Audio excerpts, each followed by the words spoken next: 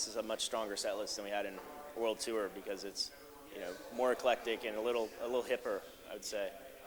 So yeah, we got Arctic Monkeys in as well, which we've been trying to get on when I worked on Tony Hawk games forever in the soundtrack, and so that was they would never license to us, and neither would the White Stripes. So it was a really big win for us to get both those bands. And we played Kings of Leon today, so we have some popular kind of indie alternative rock in there as well.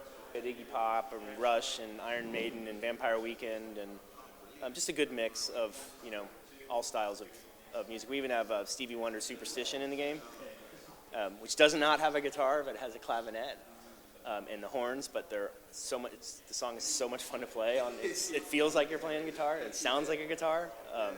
So just a good mix. We've got some other funk tracks in the game as well as just a really varied mix.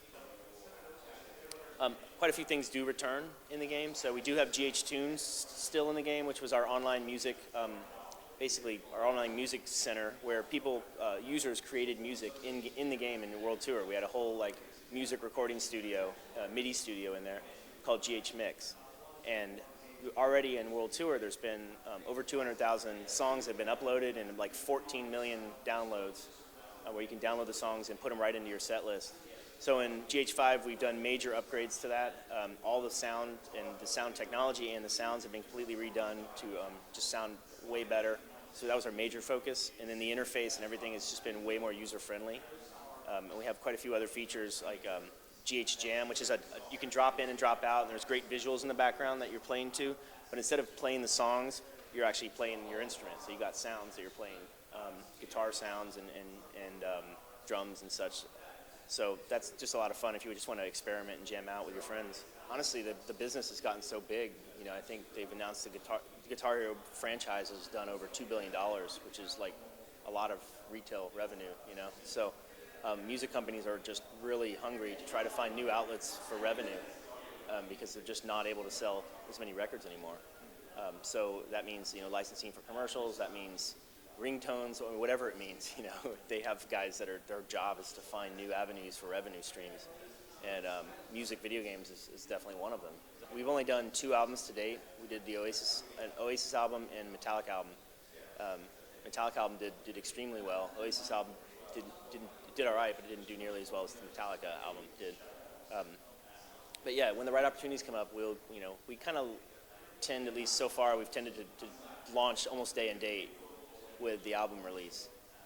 And I think that would continue to be our preferred strategy, to find new albums that are going to get marketing from the record label that's going to come out, and we can help drive the record sales, but also kind of run with that and do a parallel push on our side to have our DLC come out the same time as the album. So I think that's our preference. Depends on the album, obviously, as to what we would do.